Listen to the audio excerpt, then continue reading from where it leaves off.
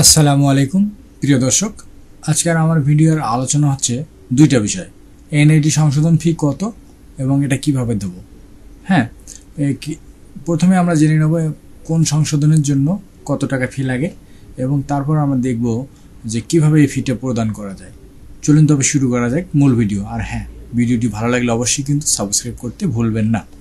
আমরা মোবাইল কিংবা কম্পিউটারে গুগল ক্রোমি ব্রাউজার ওপেন করে লিখব এনআইডি কারেকশন ফি।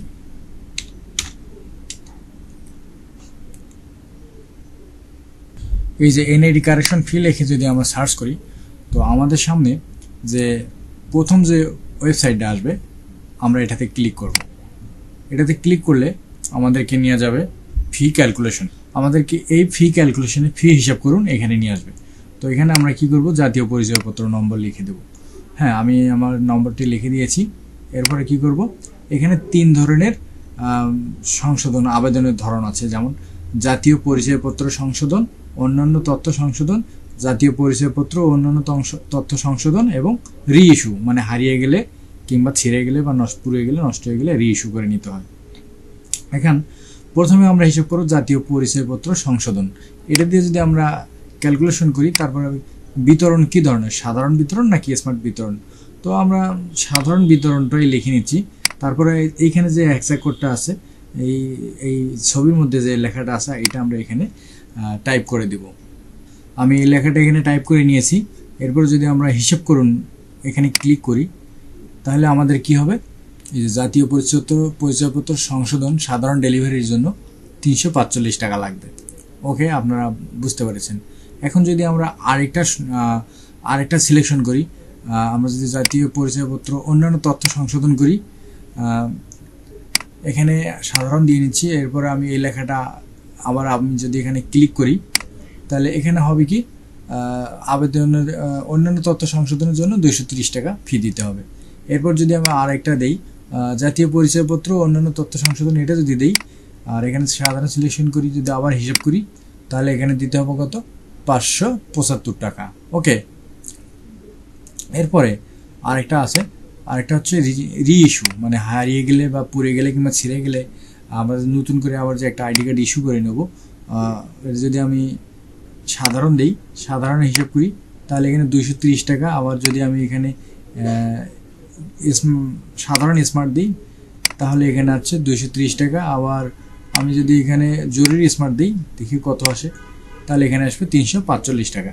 আশা করি এই ভিডিও থেকে আপনারা জেনে গেছেন যে রি ইস্যুর জন্য 345 টাকা এবং পরিচয়পত্র সংশোধনের জন্য আসে হচ্ছে 345 টাকা এবং অন্যান্য তথ্য সংশোধনের জন্য হলো 230 টাকা। আশা করি এই ভিডিও থেকে আপনারা এই জাতীয় পরিচয়পত্র সংশোধন রি ইস্যুর ফিটা জেনে নিতে পেরেছেন। ওকে, এখানে আপনারা দেখতে পাচ্ছেন। এরপরে আমরা দেখব যে এই ফিটা আমরা কিভাবে পরিশোধ করব। তো এই ফিটা বিকাশ, রকেট দুইভাবেই পরিশোধ করা যায় এবং বিভিন্ন কয়েকটা ব্যাংক আছে সেখানেও আমরা পরিশোধ করতে পারবো। তো আমরা আজকে বিকাশ দিয়ে কীভাবে পরিশোধ করতে হয় সেটা দেখে নিচ্ছি। দর্শক, আমি আমার রকেট অ্যাকাউন্টটা অ্যাপ থেকে লগ ইন করে নিয়েছি। তারপরে আমি যেখানে পে বিল আছে, পে বিলে ক্লিক করব। পে বিলে ক্লিক করলে আপনারা দেখতে পারবেন যে এখানে সরকারি ফি নামে একটা অপশান আছে। এখানে সরকারি ফিতে ক্লিক করব। সরকারি ফিতে ক্লিক করে এনআইডি সার্ভিস ফি এখানে ক্লিক করব। এখানে ক্লিক করলে আপনার আবেদনের ধরনটা এখানে সিলেকশন করে দিতে হবে প্রথমে। তো আমি এখানে দিয়ে দিচ্ছি বথ ইনফো কারেকশন। আমার এনআইডি ইনফো কারেকশনও কারেকশন করতে হবে এবং আদার ইনফো কারেকশন করতে হবে। সুতরাং আমি এখানে 3 নাম্বারটা দিয়ে দিব, বথ ইনফো কারেকশনটা আমি এখানে দিয়ে দিচ্ছি। তারপরে আমার এনআইডি নাম্বারটা দিয়ে দিচ্ছি।